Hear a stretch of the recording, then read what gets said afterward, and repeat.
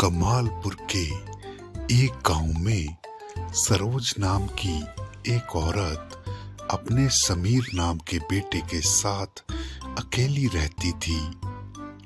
सरोज घर चलाने के लिए लोगों के घरों में काम किया करती थी।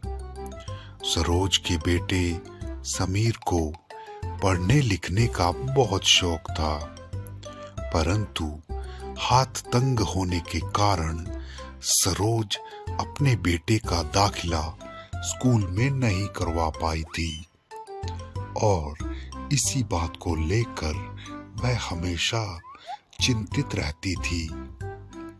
माँ मैं भी स्कूल जाऊंगा।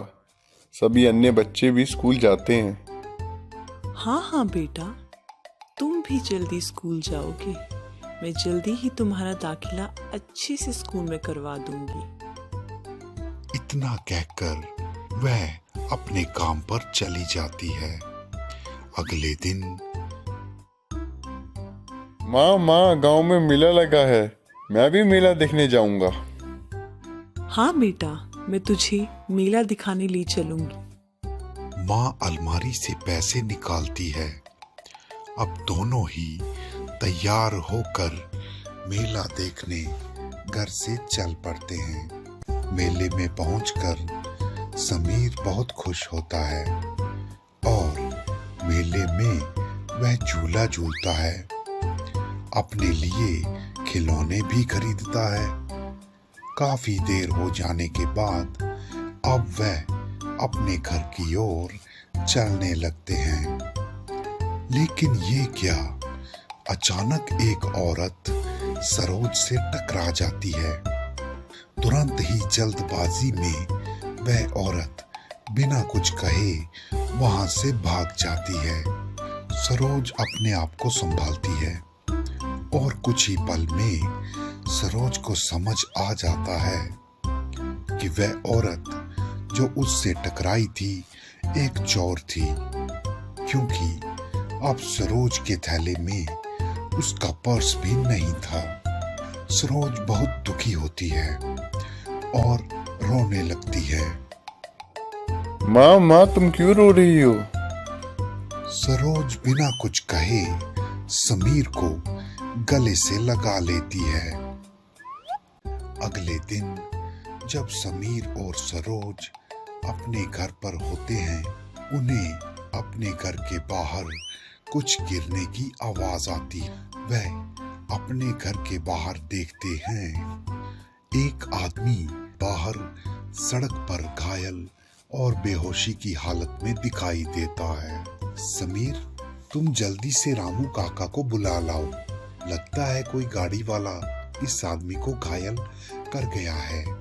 समीर जल्दी से रामू काका के घर चला आता है। अरे हरिया, अरे हीरा, अरे चलो चलो, अरे कोई गिर गया है, उसे मदद की जरूरत है। हाँ चलिए चलिए चलिए चलिए।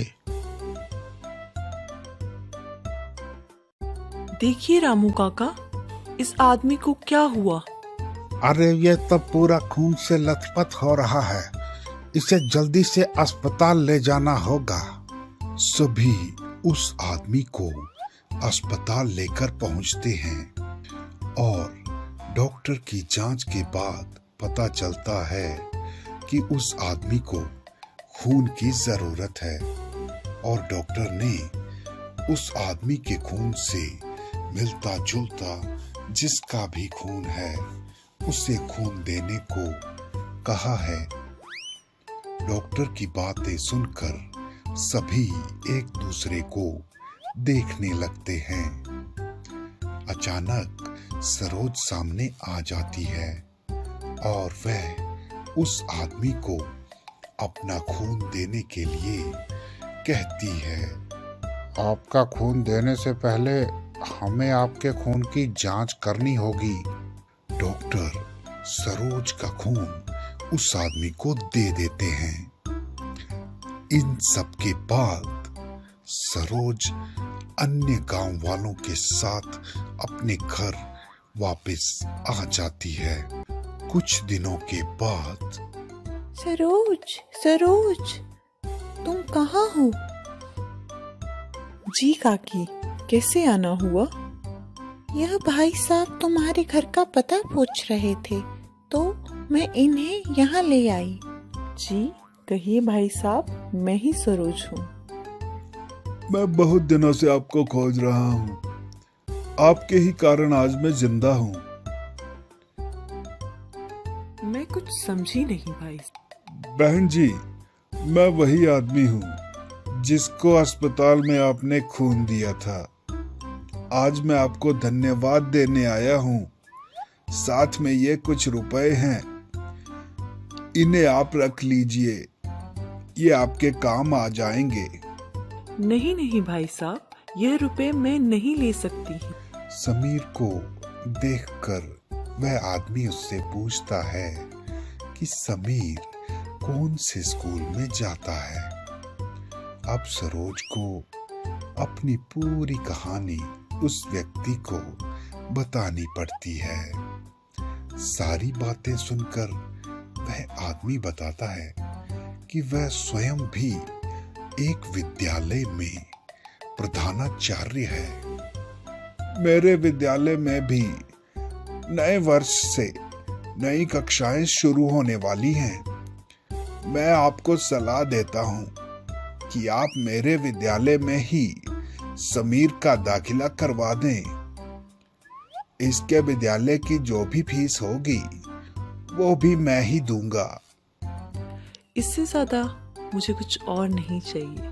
भाई साहब, आपने तो मेरी सारी चिंता दूर कर दी। आपका बहुत बहुत धन्यवाद। वह आदमी घर से जाने लगता है और समीर को अपने साथ बाहर अपनी गाड़ी तक लाता है और कुछ उपहार भी देता है। समीर, ये सभी उपहार तुम्हारे लिए हैं।